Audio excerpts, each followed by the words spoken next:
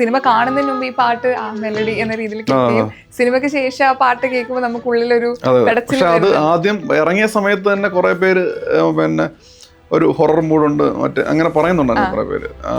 പിന്നെ അപ്പൊ അതിന്റെ പക്ഷെ സീനിൽ പ്ലേസ് ചെയ്യുമ്പോൾ കറക്റ്റ് ആ ഫീൽ വരുമെന്ന് ഒരു ഇതുണ്ടായിരുന്നു. അത് ആദ്യം കേട്ടപ്പോൾ എനിക്കും ഇത് അങ്ങനെ തന്നെയാണോ എന്നൊരു ഇത് ഡൗട്ട് ഉണ്ടായിരുന്നു. കാരണം അത് വെറുതെ അതിന്റെ ടൂൺ മാത്രം ഇങ്ങനെ കിട്ടുമ്പോൾ എന്നിട്ട് അത് കറക്റ്റ് സീനിൽ പ്ലേസ് ചെയ്തപ്പോൾ തന്നെ മനസ്സിലായി ഇത് കറക്റ്റ് പരിപാടിയാണ്. പിന്നെ പ്രോഗ്രാം ഒക്കെ ചെയ്ത് സംഭവം നമ്മൾ ചുമ്മാ ഡമ്മി റിലാക്സ് ഇട്ടപ്പം പക്കായിരുന്നു. ഈ സിനിമയിൽ ഒരുപാട് സ്ത്രീ കഥാപാത്രം ഉണ്ട്. അപ്പം ഇവരെ കാസ്റ്റിംഗ് ചെയ്യുന്ന സമയത്ത് അവരെങ്ങനെ കൺവിൻസ് ചെയ്തു? ചിലപ്പോൾ ചെറുതും വലുതുമായിട്ടുള്ള റോളുകൾ ഉണ്ടാവാം. സോ ഈ ആർട്ടിസ്റ്റുകളൊക്കെ എങ്ങനെയാണ് കൺവിൻസ്? അത് പിന്നെ ഞാൻ വിചാരിച്ച പോലെ ഒരു ബുദ്ധിമുട്ട് ഉണ്ടായിട്ടില്ല. കുറെ പേർക്ക് ഭയങ്കര എക്സൈറ്റഡ് ആയിരുന്നു. കാരണം മമ്മൂക്കൂടെ അഭിനയിക്കുന്നു.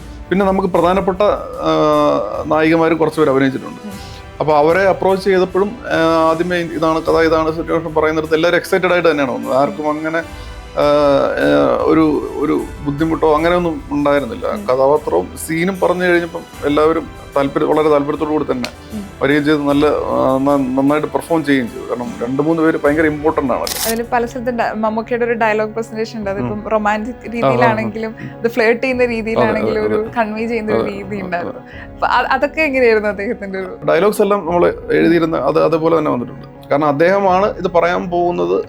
അപ്പൊ അദ്ദേഹം പറയുമ്പോൾ എങ്ങനെയായിരിക്കും പറയാൻ സാധ്യത ഉള്ളത് എന്ന് നമുക്ക് എല്ലാ മലയാളികളെ പോലെ നമുക്ക് ഒരു ഇതുണ്ട്.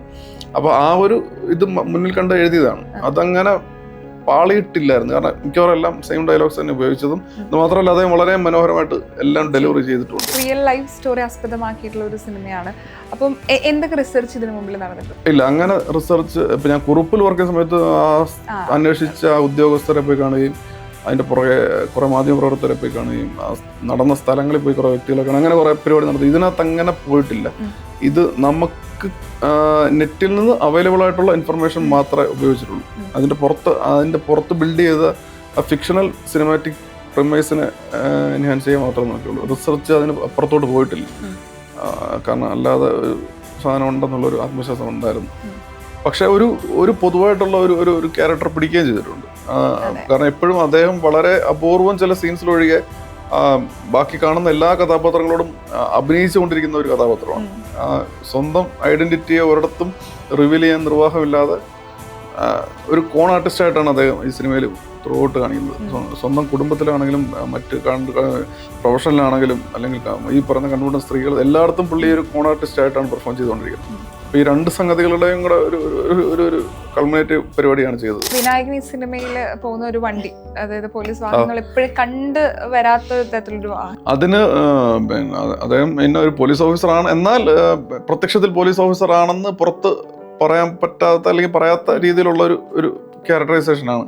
അപ്പോൾ ആ വണ്ടിക്കും പിന്നെ മമ്മൂക്കയുടെ ഒരു വണ്ടിയുണ്ട്, ഈ വിനായകൻ ചേട്ടൻ്റെ ക്യാരക്ടറിനും അതിന് രണ്ടിനും അവരുടെ ക്യാരക്ടറിനോട് മെർജ് ചെയ്ത് നിൽക്കുന്ന ഒരു ക്യാരക്ടറൈസേഷൻ വേണമെന്നൊരു തോട്ട് ഉണ്ടായിരുന്നു. അതിൻ്റെ പുറത്ത് കുറേ ഡിസ്കഷൻസും ചർച്ചകളും നടത്തിയിട്ടാണ് അത് സെറ്റ് ചെയ്തിരിക്കുന്നത്. പ്രത്യേകിച്ച് ആ 2 വണ്ടിയുടെ കളറും അങ്ങനെ ഡിസൈൻ ചെയ്ത് വെച്ചതാണ്. അപ്പം അത് മെർജായി എന്നാണ് എനിക്ക് തോന്നുന്നത്.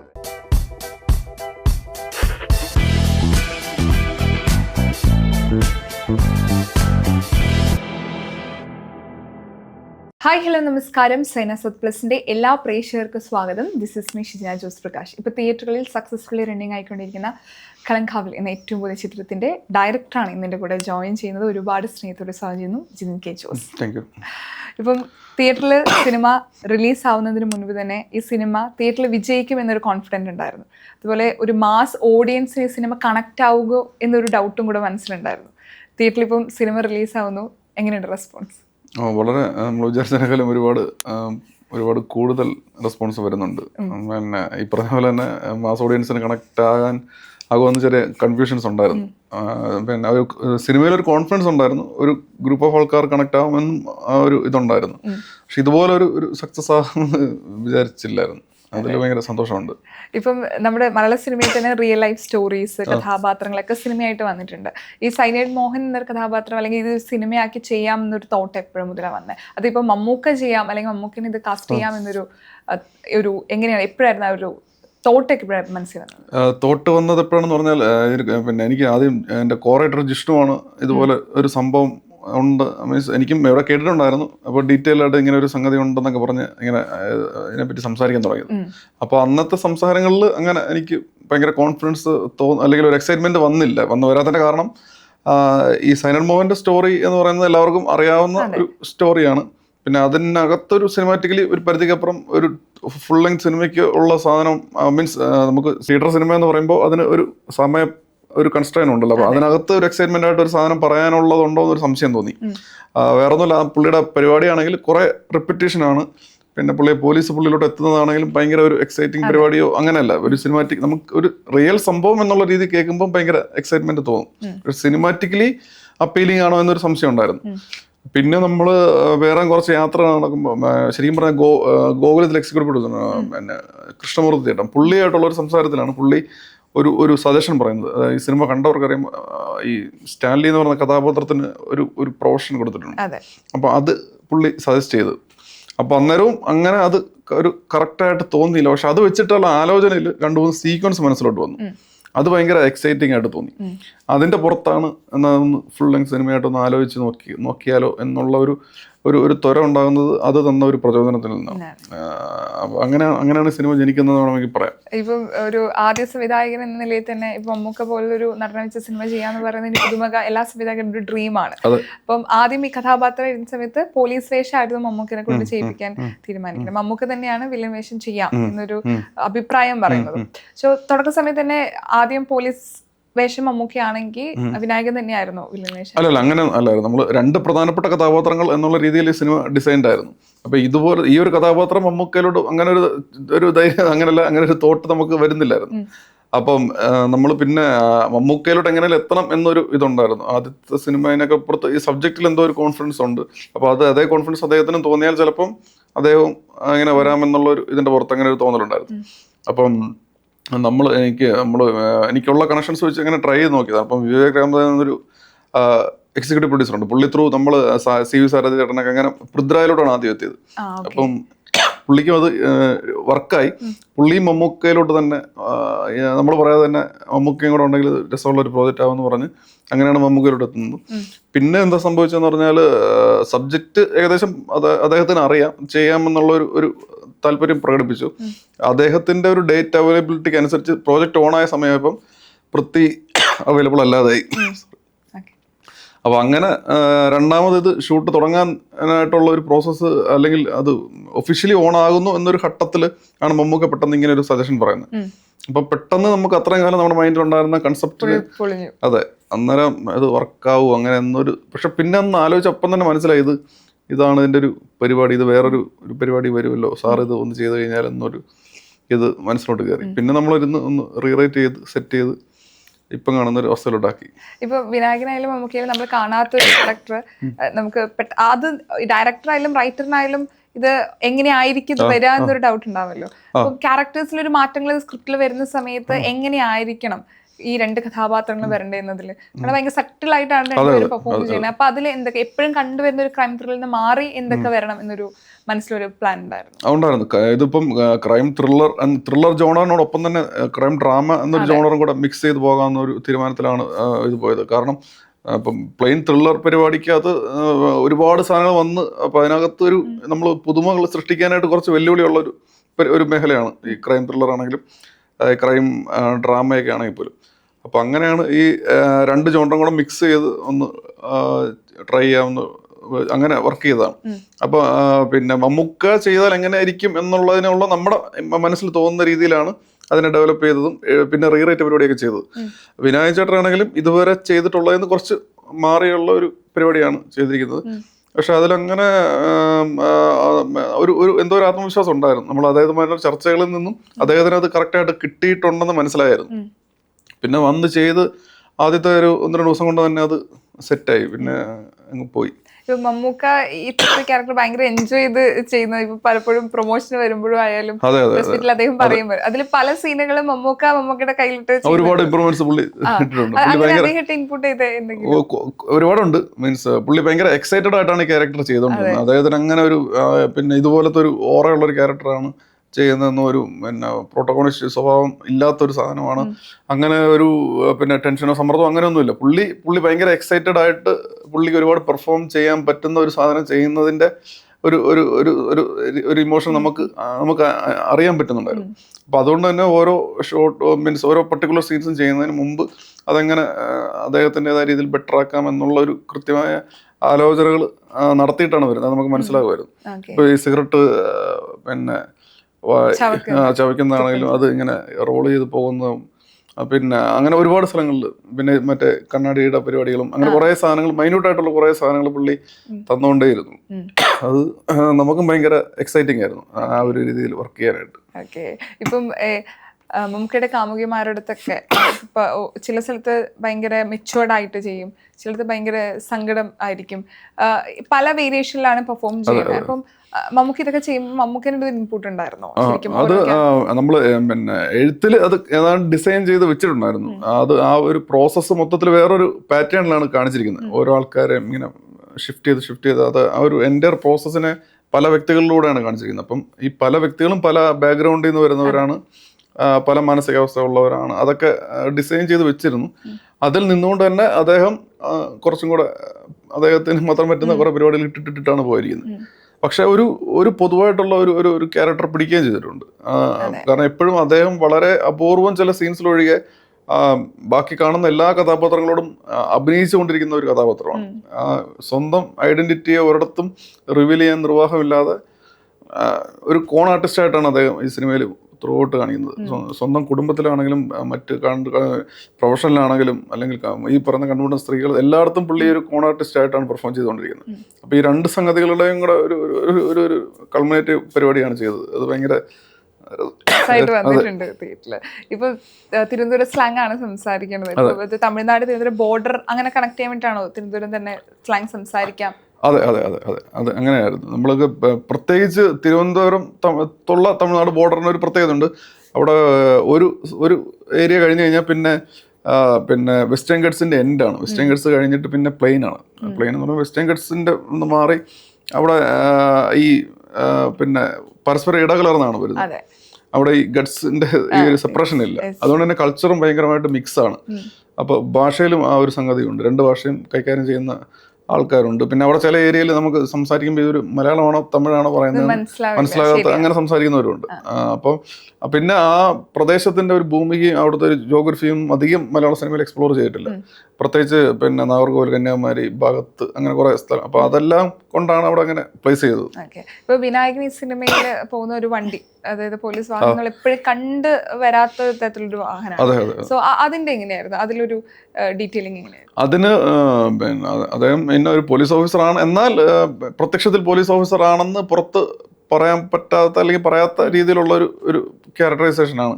അപ്പോൾ ആ വണ്ടിക്കും പിന്നെ മമ്മൂക്കയുടെ ഒരു വണ്ടിയുണ്ട്, ഈ വിനായകൻ ചേട്ടൻ്റെ ക്യാരക്ടറിനും അതിന് രണ്ടിനും അവരുടെ ക്യാരക്ടറിനോട് മെർജ് ചെയ്ത് നിൽക്കുന്ന ഒരു ക്യാരക്ടറൈസേഷൻ വേണം എന്നൊരു തോട്ട് ഉണ്ടായിരുന്നു. അതിൻ്റെ പുറത്ത് കുറേ ഡിസ്കഷൻസും ചർച്ചകളും നടത്തിയിട്ടാണ് അത് സെറ്റ് ചെയ്തിരിക്കുന്നത്. പ്രത്യേകിച്ച് ആ രണ്ട് വണ്ടിയുടെ കളറും അങ്ങനെ ഡിസൈൻ ചെയ്ത് വെച്ചതാണ്. അപ്പം അത് മെർജായി എന്നാണ് എനിക്ക് തോന്നുന്നത്.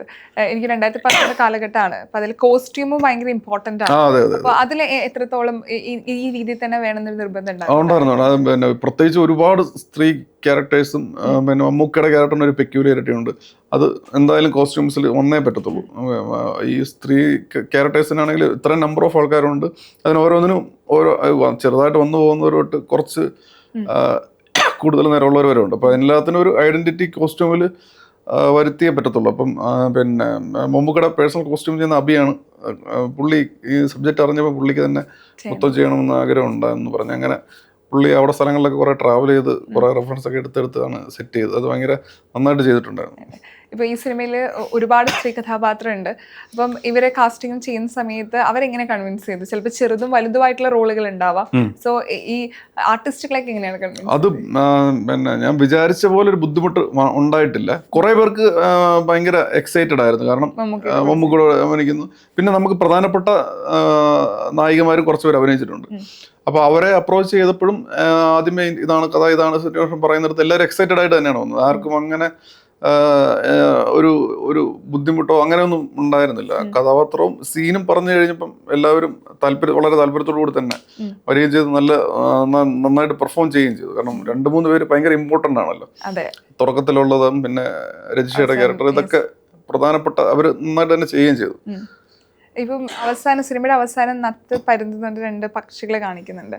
അപ്പം അത് ഈ 2 വിനായകൻ മമ്മൂക്ക എന്ന കഥാപാത്രത്തിനെ നമുക്ക് തോന്നിപ്പിക്കും. ഇതാണ് ആ തിരഞ്ഞെടുപ്പ് എങ്ങനെയായിരുന്നു? അല്ല, പരുന്തില്ല, അത് പിന്നെ അത് വന്നതെന്ന് പറഞ്ഞാൽ ഇപ്പം നത്തിന്റെ കേസിലും പിന്നെ നമ്മൾ കുറച്ച് റിയൽ ലൈഫ് പോലീസ് ഉദ്യോഗസ്ഥരുടെ ക്യാരക്ടറൈസേഷൻസ് എടുത്തായിരുന്നു നമുക്ക് റെഫറൻസ്. അപ്പം അങ്ങനെ പിന്നെ അപ്പം ആ സ്ഥലങ്ങളിലൊക്കെ മിക്കവാറും പോലീസ് ഓഫീസേഴ്സ് അറിയപ്പെടുന്നത് അവരുടെ ഇരട്ടപ്പേരുകൾ, ഒരുപാട് പോലീസ് ഓഫീസർ. അങ്ങനെ ഒരു ജിഷ്ണുമായിട്ട് സംസാരിക്കുമ്പോൾ ഒരു ഇരട്ടപ്പേര് അങ്ങനെ പറഞ്ഞു. പക്ഷെ അടുത്ത ദിവസം ഞാനത് ഓർത്തെടുത്ത് തെറ്റിച്ചായിരുന്നു. പിന്നെ അവൻ കൊഞ്ചെന്ന് എന്തോണം പറഞ്ഞത്, പക്ഷെ എൻ്റെ മൈൻഡിൽ പിന്നെ രജിസ്റ്റർ ആയത് നത്തെന്നാണ്. അപ്പം അങ്ങനെ നത്തെന്നിട്ടാലോ എന്ന് ഞാനിങ്ങനെ ആലോചിച്ചപ്പോഴത്തേനും നത്ത് എന്താണ് എനിക്ക് പെട്ടെന്ന് നത്ത് എന്താണെന്ന് പിടികിട്ടിയില്ല. അപ്പൊ പിന്നെ തപ്പി നോക്കിയപ്പോഴാണ് നത്തെന്ന് പറഞ്ഞാൽ ഇന്ന പക്ഷിയാണെന്ന് മനസ്സിലായത്. അപ്പം അതിന് ഒരു കണക്ഷനും ഒരു ബാക്ക് സ്റ്റോറിയും ആ പക്ഷിക്ക് ഒരു ക്യാരക്ടറൈസേഷൻ ഉണ്ട്. അത് തന്നെ ഇതിലോട്ട് ഈ കഥാപാത്രത്തിന് എടുത്തു കൊടുത്തു. അങ്ങനെയാണ് അത് സംഭവിക്കുന്നത്. ഇപ്പൊ നമ്മൾ എപ്പോഴും കണ്ടുവന്ന പോലീസ് കഥാപാത്രങ്ങൾ പോലെയല്ല ഈ സിനിമയിലെ പോലീസ് കഥാപാത്രം. ഇപ്പം എപ്പോഴും പോലീസ് കഥാപാത്രം കുറച്ചും കൂടി ഭയങ്കര സെറ്റിൽ ആയിട്ടാണ് ഇതിൽ 2 പേരും പെർഫോം ചെയ്തിട്ടുള്ളത്. അപ്പൊ അതിൽ നിർബന്ധങ്ങൾ ഉണ്ടായിരുന്നോ? അല്ലെങ്കിൽ ഇതിലെ പോലീസ് ഇങ്ങനെ ആയിരിക്കണം എന്ന് നിർബന്ധം ഉണ്ടായിരുന്നു. അതിനകത്ത് ജിബിൻ ചേട്ടന്റെ ക്യാരക്ടർ എന്ന് പറഞ്ഞാല് പിന്നെ ത്രൂ ഔട്ട് വരുന്നൊരു ക്യാരക്ടറാണ്. അപ്പം പിന്നെ അദ്ദേഹം തിരുവനന്തപുരം സ്വദേശിയുമാണ്. അദ്ദേഹം ഒരു പോലീസ് പിന്നെ ഉദ്യോഗസ്ഥനുമാണ്. ഇപ്പം ലീവിലാണ്, ഇപ്പം വലിയ തിരക്കുള്ള നടനായി. പിന്നെ അപ്പൊ അദ്ദേഹത്തിനോട് അങ്ങനെ കാര്യമായിട്ട് ഒന്നും നമുക്ക് പുള്ളി വന്ന് അങ്ങ് ജീവിക്കുമായിരുന്നു. അത് ആണ് അതിനകത്ത് നമുക്ക് ഭയങ്കര സ്വാഭാവികമായിട്ടങ്ങ് തോന്നും. പുള്ളിയുടെ ഇതിനകത്ത് നമുക്കൊന്നും പറയാൻ പറ്റത്തില്ല. അത്രയും പെർഫെക്റ്റ് ആയിട്ട് ആ കഥാപാത്രമായിട്ട് തന്നെ പോയി. പിന്നെ വിനായകൻ ചേട്ടൻ്റെ കഥാപാത്രം വന്നാൽ അത് കുറേ കൂടെ ഇന്റർ കോൺഫ്ലിക്ട്സ് ഉള്ള ഒരു കഥാപാത്രമാണ്. അദ്ദേഹം കുറേ കാര്യങ്ങൾ സപ്രസ് ചെയ്താണ് ത്രൂ ഔട്ട് പോകുന്നത്. അപ്പോൾ അത് ഒരിക്കലും പുറത്തോട്ട് വരാതിരിക്കാൻ തന്നെ ഒന്ന് കൺട്രോൾ ചെയ്ത് പോകുന്നു എന്നൊരു സാധനമുണ്ട്. അതാണ് അദ്ദേഹത്തിന്റെ കഥാപാത്രത്തിൽ അങ്ങനെ പിടിച്ചിരിക്കുന്നത്. അത് വളരെ ഇതായിട്ട് ചെയ്തിട്ടുണ്ട്. എന്നിരുന്നാൽ പോലും അദ്ദേഹം സാധാരണ ആൾക്കാരോട് സംസാരിക്കുമ്പോഴും ഈ പറയുന്ന പിന്നെ മേലുദ്യോഗസ്ഥരോട് സംസാരിക്കുമ്പോഴും പിന്നെ ആരെങ്കിലും എന്തെങ്കിലും മറച്ചു വെച്ച് സംസാരിക്കും. ഈ സമയങ്ങളിലൊക്കെ അദ്ദേഹം സട്ടിലായിട്ടുള്ള വേരിയേഷൻസ് ഇട്ടിട്ട് തന്നെയാണ് പോയിരിക്കുന്നത്. പക്ഷെ നമ്മൾ ഡെയിലി ലൈഫിൽ കണ്ടുമുട്ടാൻ സാധ്യതയുള്ള പോലീസ് ഓഫീസർമാരിൽ ആരുടെയൊക്കെ പ്രതിനിധിയാണ്. കാരണം കണ്ടിട്ടുള്ള കുറെ പോലീസ് വർക്ക് ചെയ്യുന്ന കുറെ പേര് അവർക്ക് ഭയങ്കരമായിട്ട് റിലേറ്റ് ചെയ്യാൻ പറ്റുന്ന ഒരു കഥാപാത്രമാണത്. സിനിമയിൽ അങ്ങനെ അധികം കാണാറില്ല എന്നൊക്കെ പറയുന്നുണ്ടായിരുന്നു. അപ്പം ഇപ്പൊ ചിലപ്പോൾ ഡയലോഗ് ഡെലിവറിയുടെ മീറ്റർ അങ്ങനെയുള്ള കാര്യങ്ങളിലൊക്കെ സിനിമാറ്റിക് അല്ലാതെ കുറച്ച് നമുക്ക് റിയൽ ലൈഫിൽ എവിടെയെങ്കിലും കണ്ടുമുട്ടാൻ സാധ്യതയുള്ള പോലത്തെ ഒരു കഥാപാത്രം എന്നുള്ള രീതിയിൽ ഡിസൈൻ ചെയ്തതാണ്. പക്ഷെ അദ്ദേഹത്തിന്റെ ഉള്ളിൽ വേറൊരു ഇമോഷൻ, ഒരു കൈൻഡ് ഓഫ് ഒരു ഈഗോയും ഒക്കെ ത്രൂ ഔട്ട് ക്യാരി ചെയ്യുകയും ചെയ്യുന്നുണ്ട്. അത് പിന്നെ ഒട്ടും ഒഴിവാക്കാൻ പറ്റാത്ത സന്ദർഭങ്ങളിൽ മാത്രം അത് എക്സ്പ്രസ് ചെയ്യുന്നു എന്നുള്ളതാണ്. അത് വളരെ നന്നായിട്ട് തന്നെ ഉള്ളി ചെയ്തിട്ടുണ്ട്. ഇപ്പൊ മമ്മൂക്കയുടെ ക്യാരക്ടറിൽ ഒരു ക്രിമിനൽ സ്വഭാവം കാണിക്കാൻ അദ്ദേഹത്തിന്റെ വണ്ടി നമ്പർ, അദ്ദേഹം എപ്പോഴും കേട്ടുകൊണ്ടിരിക്കുന്ന പാട്ട്, ഇതൊക്കെ നമുക്കത് സൂചിപ്പിക്കുന്നതാണ്. അപ്പൊ ഇത് റൈറ്റിംഗ് സമയത്ത് ഇത് കൃത്യമായിട്ട് മെൻഷൻ ചെയ്തിട്ടുണ്ട്. പാട്ട് കൃത്യമായിട്ട് അങ്ങനെ വേണം നിർബന്ധം ഉണ്ടായിരുന്നു. ഒരു റെട്രോ വൈബ് വേണം, തമിഴ് പാട്ടായിരിക്കണം. പിന്നെ അത് കൂടുതലും അത് പ്ലേ ചെയ്യുന്ന ഇൻസ്റ്റൻസ് ഉണ്ട്. ആ ഇൻസ്റ്റൻസിന്റെ മൂഡിനെ എൻഹാൻസ് ചെയ്യിക്കാൻ പാട്ടിന് പറ്റുകയും ചെയ്യണം. അങ്ങനെയുള്ള കാര്യങ്ങൾ പറഞ്ഞാണ് മുജീബ് എൻ്റെ അടുത്ത് പറഞ്ഞത്. പുള്ളി അത് കൃത്യമായിട്ട് ആ പറയുന്ന പരിപാടികളെല്ലാം ആ പാട്ടിനകത്ത് കൊണ്ടുവന്നു. അതിനപ്പുറത്തോട്ട് നമുക്ക് ഒന്നും പറയാൻ പറ്റാത്ത അത്രയും പെർഫെക്റ്റ് ആയിട്ടാണ് പുള്ളി ഒരു സാധനം ചെയ്തു തന്നത്. അത് മാത്രമല്ല, നമുക്ക് പിന്നെ പാടിയിരിക്കുന്ന സിന്ധു ചേച്ചിയാണെങ്കിലും നമുക്ക് പണ്ടത്തെ തമിഴ് ആ ഫീല് തന്നെ അതിനകത്ത് വന്നു. അപ്പൊ പിന്നെ മ്യൂസിക്കിന്റെ കൂടത്തിൽ പ്രോഗ്രാമിങ് എല്ലാം കൂടെ ചേർത്ത് കൃത്യം സാധനം അത് വന്നു. അതെന്തോ രീതിയിൽ വന്നതാണ്. പിന്നെ വണ്ടി നമ്പർ, ഇങ്ങനെ കുറേ വണ്ടി നമ്പറൊക്കെ എനിക്ക് തോന്നുന്നു നമ്മുടെ അസോസിയേറ്റ് ആഷിക്കിന്റെ സജഷനാണ്. ഇങ്ങനെ ഒരു സംഭവം ഉണ്ട്, ഇട്ടാലോ, ഇട്ടതാണ്. ഓക്കെ. ഈ പാട്ട് നമ്മൾ ആദ്യം സിനിമ കാണുന്നതിന് മുമ്പ് ഈ പാട്ട് ആ മെലഡി എന്ന രീതിയിൽ കേൾക്കുകയും സിനിമയ്ക്ക് ശേഷം ആ പാട്ട് കേൾക്കുമ്പോൾ നമുക്കുള്ളിലൊരു പക്ഷെ അത് ആദ്യം ഇറങ്ങിയ സമയത്ത് തന്നെ കുറെ പേര് പിന്നെ ഒരു ഹൊറർ മൂഡുണ്ട് മറ്റേ അങ്ങനെ പറയുന്നുണ്ടായിരുന്നു കുറെ പേര്.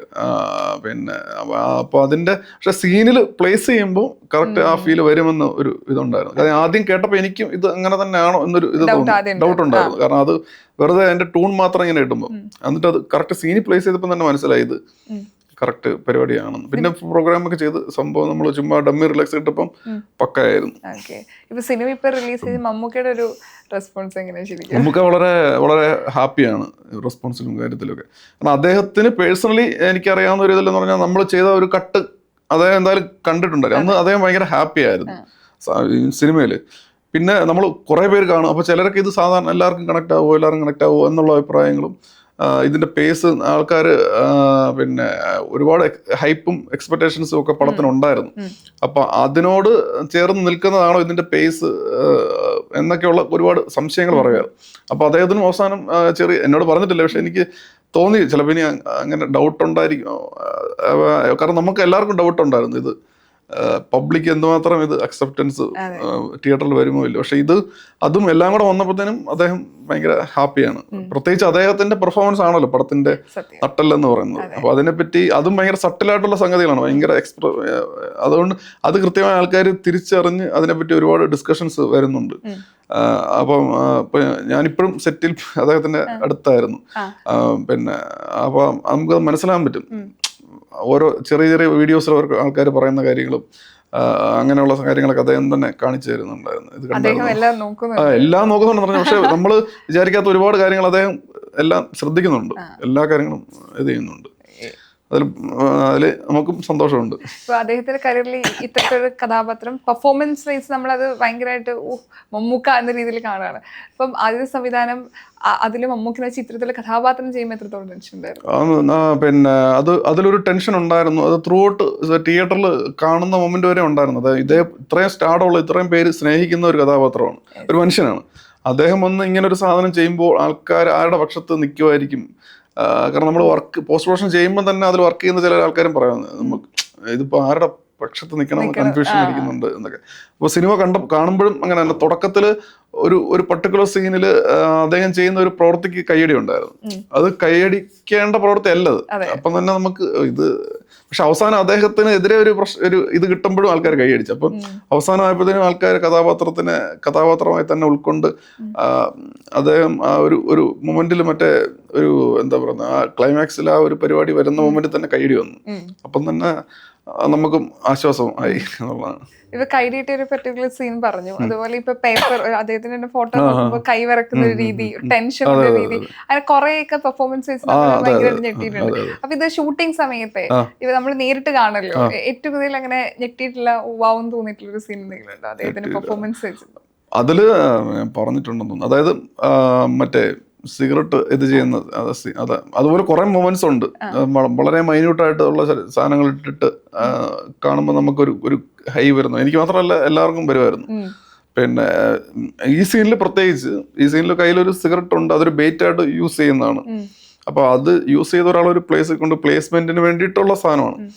അപ്പോൾ അവിടെ പോയിട്ട് ചെയ്യേണ്ട ആക്ടിവിറ്റിക്ക് ഇതൊരു തടസ്സമാണ്. അപ്പം അത് ലൂസ് ചെയ്യണം അങ്ങോട്ട് ചെല്ലുമ്പോഴെന്നാണ് ഞാൻ പറഞ്ഞത്. അപ്പം ആണ് സാറ് പറഞ്ഞില്ല അത് വെച്ചൊരു പരിപാടി ഉണ്ടെന്ന് പറഞ്ഞിട്ട് പിന്നെ ചെന്നിട്ടാണ് ഈ ഇത് ചൂസ് ചെയ്ത് കാണിച്ചത്. അത് ഭയങ്കരമായിട്ട് നമുക്ക് ഗൂസ് ബംസ് തന്ന ഒരു മൊമെന്റ് ആയിരുന്നു.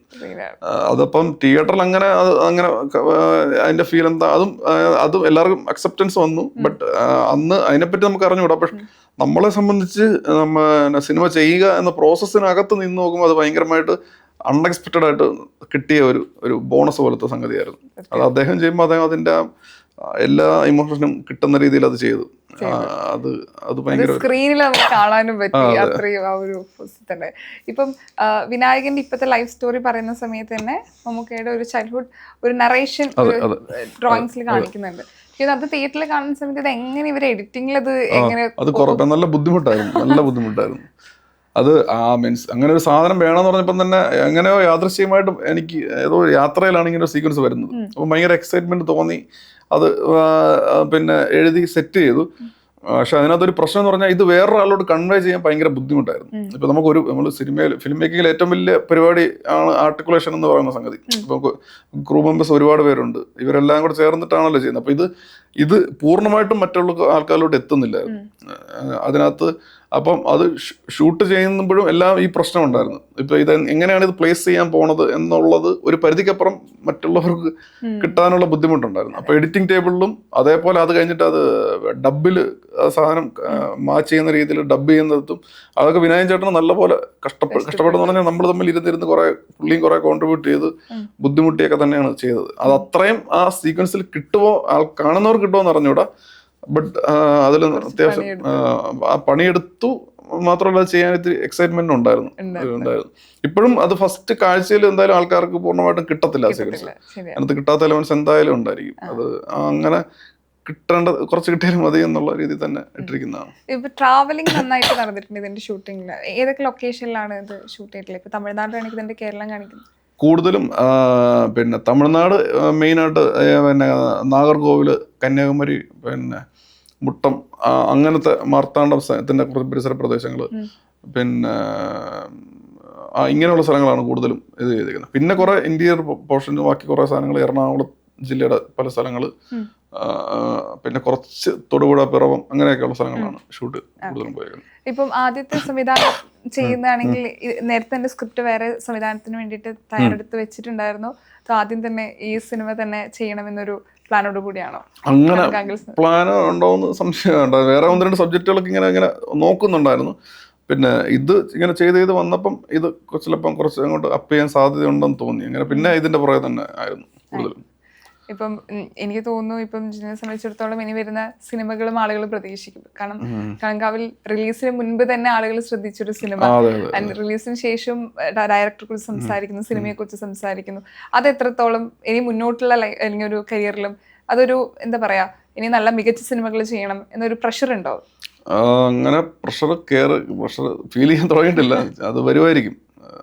നമുക്ക് എങ്ങനെയും ഇത് സക്സസ് ആക്കണമെന്നുള്ളൊരു ഇനിയുള്ള നമ്മുടെ പിന്നെ നിലനിൽപ്പ് മുന്നോട്ട് പോകുമെല്ലാം ഇതിനെ കൂടെ ഡിപ്പെൻഡ് ചെയ്തായിരിക്കുമല്ലോ. അപ്പം ഇതിന്റെ ഒരു ഇതിലായിരുന്നു. അടുത്തത് പറ്റി ഇനി ചിന്തിക്കുമ്പോൾ പ്രഷർ വരുമായിരിക്കും. പ്രീ വാച്ചിങ് നമ്മൾ സിനിമ ഒന്നിൽ കൂടുതൽ തവണ കാണുകയാണെങ്കിൽ നമുക്ക് സിനിമയിൽ എന്തൊക്കെ കാണാം, ഇനിയും നമുക്ക് മനസ്സിലാക്കാൻ കാര്യങ്ങൾ ഉണ്ടാവും ഈ പടത്തിൽ? അങ്ങനത്തെ കുറെ എലമെന്റ്സ് സിനിമയിൽ ഉണ്ട് എന്നാണ് എൻ്റെ വിശ്വാസം. അത് ഉണ്ടാവണം നിർബന്ധമില്ല, സബ്ജക്റ്റീവായിട്ടുള്ള കാര്യമാണ്. പിന്നെ അങ്ങനെ കുറെ എലമെന്റ്സ് പിന്നെ കണ്ട ആൾക്കാർ, ഡീറ്റെയിൽ ആയിട്ട് സംസാരിച്ചിരിക്കുന്ന ആൾക്കാരോട് ചില കാര്യങ്ങൾ കിട്ടിയിട്ടുണ്ടോ എന്ന് ചോദിക്കുമ്പോൾ കുറച്ച് കിട്ടിയിട്ടില്ല എന്ന് പറയാറുണ്ട്. പിന്നെ എന്താ പറയുന്നത്, ഒരു എക്സാമ്പിൾ പറഞ്ഞാൽ, ഇപ്പം കഴിഞ്ഞ ദിവസം എൻ്റെ അനിയൻ സിനിമ കണ്ടിട്ട് ഇങ്ങനെ വിളിച്ച്, അപ്പം ഇങ്ങനെ പറഞ്ഞു വന്നപ്പോൾ അവൻ അതിനകത്തൊരു പൊളിറ്റിക്കൽ സ്റ്റേറ്റ്മെന്റ് പറഞ്ഞു. അതായത് മമ്മൂക്കയുടെ ക്യാരക്ടറിനോട് അദ്ദേഹത്തിന്റെ നാടിനെ പറ്റി ചോദിക്കുമ്പോൾ ഒരു കുടിയേറ്റ ഗ്രാമമാണ്. അപ്പോൾ കുടിയേറ്റ ഗ്രാമം അങ്ങനെയുള്ള ആൾക്കാരെല്ലാം കൂടുതലും ചോദിക്കുമ്പോൾ ഇല്ല സാർ, അല്ലാത്തവരും അവിടെ ഉണ്ടെന്ന് പറയും. അതിനകത്തൊരു പൊളിറ്റിക്കൽ ലെയർ ഉണ്ട്. അത് ആ ഫോട്ടോസിന്റെ സീക്വൻസുമായിട്ടൊക്കെ മെർജ് ചെയ്ത് വരുന്ന ഒരു എലമെന്റാണ്. അതിന് മുന്നേ വേറെ ഒരാൾ എന്നോട് പറഞ്ഞിട്ടില്ല. അത് വളരെ സബ്ജക്റ്റീവായിട്ടുള്ള സംഗതിയാണ്. ചില നാടുകളും ആ നാടുകളെ പരിചയമുള്ള അവിടുത്തെ സോഷ്യോ പൊളിറ്റിക്കൽ സിനാരിയെ പറ്റി അറിയാവുന്നവർക്ക് മാത്രമേ അത് കണക്ട് ആകത്തുള്ളൂ. അങ്ങനെയുള്ള കുറെ ലേയേഴ്സ് ഇതിനകത്ത് ഉൾപ്പെടുത്താൻ ശ്രമിച്ചിട്ടുണ്ട്. അതൊരു എക്സാമ്പിൾ പറഞ്ഞാണ്. അതുപോലെ കുറച്ച് ലേയേഴ്സ് സിനിമയിലുണ്ട്. ഒന്നിൽ കൂടുതൽ തവണ കണ്ടെങ്കിൽ കണക്ട് ആകത്തുള്ളൂ. ഇപ്പൊ ഒരു റിയൽ ലൈഫ് സ്റ്റോറി ആസ്പദമാക്കിയിട്ടുള്ള ഒരു സിനിമയാണ്. അപ്പം എന്തൊക്കെ റിസർച്ച് ഇതിനു മുമ്പിൽ നടന്നിട്ടുണ്ട്? ആരെങ്കിലും നമ്മൾ നേരിട്ട് പോയി കാണുകയോ? ഇല്ല, അങ്ങനെ റിസർച്ച് ഇപ്പൊ ഞാൻ കുറുപ്പിൽ വർക്ക് ചെയ്യുന്ന സമയത്ത് അന്വേഷിച്ച ഉദ്യോഗസ്ഥരെ പോയി കാണുകയും അതിന്റെ പുറകെ കുറെ മാധ്യമപ്രവർത്തകരെ പോയി കാണുകയും നടന്ന സ്ഥലങ്ങളിൽ പോയി കുറെ വ്യക്തികളെ കാണും, അങ്ങനെ കുറെ പരിപാടി നടത്തി. ഇതിനകത്ത് അങ്ങനെ പോയിട്ടില്ല. ഇത് നമുക്ക് നെറ്റിൽ നിന്ന് അവൈലബിൾ ആയിട്ടുള്ള ഇൻഫർമേഷൻ മാത്രമേ ഉപയോഗിച്ചിട്ടുള്ളൂ. അതിന്റെ പുറത്ത് ബിൽഡ് ചെയ്ത ആ ഫിക്ഷണൽ സിനിമാറ്റിക് പ്രിമൈസിനെ എൻഹാൻസ് ചെയ്യാൻ മാത്രമേ നോക്കിയുള്ളൂ. റിസർച്ച് അതിന് അപ്പുറത്തോട്ട് പോയിട്ടില്ല. കാരണം അല്ലാതെ ഒരു സാധനം ഉണ്ടെന്നുള്ളൊരു ആത്മവിശ്വാസം ഉണ്ടായിരുന്നു. കാരണം നമ്മള് പിന്നെ ഈ അടുത്തിടയ്ക്ക് പോലുമാണ് ആ റിയൽ ലൈഫ് ഇൻസിഡൻസിൽ ഇങ്ങനെ ചില എലമെന്റ്സ് ഉണ്ടായിരുന്നു എന്നുള്ളത് ഈ ഇടയ്ക്കൊക്കെയാണ്. അതുകൊണ്ട് സിനിമയ്ക്കകത്ത് കയറ്റുമായിരുന്നു എന്നല്ല, ബട്ട് റിസർച്ച് അത്ര നടന്നിട്ടുള്ളൂ. അത് ചിലപ്പോൾ ഒരു ന്യൂനതയായിരിക്കാം. ബട്ട് റിയാലിറ്റി അതാണ്. ഓക്കെ, ഈ സിനിമയിൽ പേഴ്സണൽ ഇന്റിമസി സീനുകളുണ്ട്, പക്ഷെ അത് ലിമിറ്റ് ചെയ്തുകൊണ്ടാണ് ഷൂട്ട് ചെയ്തിട്ടുള്ളതും കാണിച്ചിട്ടുള്ളത്. അതൊരു നിർബന്ധം ഉണ്ടായിരുന്നോ, ലിമിറ്റ് ചെയ്തുകൊണ്ട് തന്നെ? അങ്ങനെ നിർബന്ധം ഇല്ലായിരുന്നു, അങ്ങനെ നിർബന്ധമില്ലായിരുന്നു. നമ്മൾ ഉദ്ദേശിച്ച് നമ്മുടെ മൈൻഡിൽ വന്ന സിനിമ ഇങ്ങനെ ആയിരുന്നു. അത് ഭയങ്കര സബ്ജക്റ്റീവായിട്ടുള്ള സംഗതിയാണ്. വേറൊരാളാണെങ്കിൽ ഇങ്ങനെ ആയിരിക്കണമെന്നില്ല. ഇതിപ്പോൾ മമ്മൂക്കയുടെ സിനിമ അങ്ങനെ അല്ല, ഇത് എഴുത്തിൽ അങ്ങനെ തന്നെ എഴുതിയിരുന്നതാണ്. അത് അങ്ങനെ തോന്നി അങ്ങനെ എഴുതിയെന്നുള്ളത് അതിനകത്ത് സബ്ജക്റ്റീവായിട്ടുള്ള സംഗതിയാണ്. അതിൽ പല സ്ഥലത്തും മമ്മൂക്കയുടെ ഒരു ഡയലോഗ് പ്രസന്റേഷൻ ഉണ്ട്. അതിപ്പം റൊമാൻറ്റിക് രീതിയിലാണെങ്കിലും അത് ഫ്ലേർട്ട് ചെയ്യുന്ന രീതിയിലാണെങ്കിലും ഒരു കൺവേ ചെയ്യുന്ന ഒരു രീതി ഉണ്ടായിരുന്നു. അപ്പൊ അതൊക്കെ എങ്ങനെയായിരുന്നു അദ്ദേഹത്തിന്റെ ഒരു? അത് പിന്നെ നമ്മൾ എഴുതി എല്ലാ സാധനവും ഡയലോഗ്സ് എഴുതിയിട്ടുള്ള ഡയലോഗ്സ് എല്ലാം നമ്മൾ എഴുതിയിരുന്ന അതേപോലെ തന്നെ വന്നിട്ടുണ്ട്. കാരണം അദ്ദേഹമാണ് ഇത് പറയാൻ പോകുന്നത്. അപ്പൊ അദ്ദേഹം പറയുമ്പോൾ എങ്ങനെയായിരിക്കും പറയാൻ സാധ്യത ഉള്ളത് എന്ന് നമുക്ക് എല്ലാ മലയാളികളെ പോലെ നമുക്ക് ഒരു ഇതുണ്ട്. അപ്പോൾ ആ ഒരു ഇത് മുന്നിൽ കണ്ട് എഴുതിയതാണ്. അതങ്ങനെ പാളിയിട്ടില്ലായിരുന്നു. കാരണം മിക്കവാറും എല്ലാം സെയിം ഡയലോഗ്സ് തന്നെ ഉപയോഗിച്ചതും. അത് മാത്രമല്ല അദ്ദേഹം വളരെ മനോഹരമായിട്ട് എല്ലാം ഡെലിവറി ചെയ്തിട്ടുണ്ട്. കാരണം പ്രത്യേകിച്ച് ഈ കാമുകൻ എന്നുള്ള ഒരു പരിപാടി അദ്ദേഹം അധികം അങ്ങനെ എക്സ്പ്ലോർ ചെയ്ത് കുറവാണ്. ബട്ട് നമുക്ക് ഒരു കോൺഫിഡൻസ് ഉണ്ടായിരുന്നു പുള്ളിയുടെ അതേ രീതി രസമായിട്ട് ചെയ്യും എന്നുള്ളത്. അതുപോലെ തന്നെ ഭയങ്കര രസമായിട്ട് പുള്ളി ചെയ്യുകയും ചെയ്തു. നമുക്ക് ഭയങ്കര ഇപ്പം എല്ലാവർക്കും അറിഞ്ഞൂടാ, വളരെ നോർമലായിട്ട് രണ്ട് സ്ത്രീയുമായിട്ട് സംസാരിച്ചിരിക്കുന്ന കുറെ സംഗതികൾ സീൻസ് ഉണ്ട്. പക്ഷെ എല്ലാം ഭയങ്കര ഇൻട്രസ്റ്റിംഗ് എനിക്ക് തോന്നിയിട്ടുള്ളത്. നോർമൽ സീൻസ് ആണ്, പക്ഷെ അതേ ആ പെർഫോമൻസിന്റെ പുറത്ത് അത് ഭയങ്കര ലൈവ് ആയിരുന്നു, ഭയങ്കര ലൈഫ് ഉണ്ടായിരുന്നു. അത് ഇപ്പൊ നമ്മുടെ റിയൽ ലൈഫിൽ പല സ്ഥലത്ത് കേട്ടിട്ടുള്ള കാര്യങ്ങൾ മമ്മൂക്ക ചെയ്യുമ്പോൾ നമുക്കത് ഭയങ്കര ഒരു ക്യൂരിയോസിറ്റി ഉണ്ടായിരുന്നു. അത് തന്നെയാണ് റൈറ്റിംഗിന്റെ സമയത്തും മനസ്സിലായത്. ഇപ്പം കളങ്കാവിൽ ഇപ്പൊ തിയേറ്ററിൽ സക്സസ്ഫുൾ റണ്ണിങ് ആയിക്കൊണ്ടിരിക്കുകയാണ്. ഇപ്പം ആളുകളൊക്കെ സെലിബ്രേറ്റ് ചെയ്യാണ്. ആൻഡ് വിചാരിച്ചതിനപ്പുറം ഇപ്പം ഡയറക്ടർ എന്ന നിലയിൽ കിട്ടിക്കൊണ്ടിരിക്കുന്നു. ഇനിയും ആളുകൾ കാണട്ടെ, ഇനിയും കളങ്കാവിൽ സെലിബ്രേറ്റ് ചെയ്യട്ടെ ഞാൻ ആഗ്രഹിക്കുകയാണ്. അപ്പം ഇനിയുള്ള പുതിയ പ്രൊജക്റ്റ് ഞങ്ങൾ കാത്തിരിക്കുന്നു. എല്ലാവിധ ആശംസകളും. Thank you so much.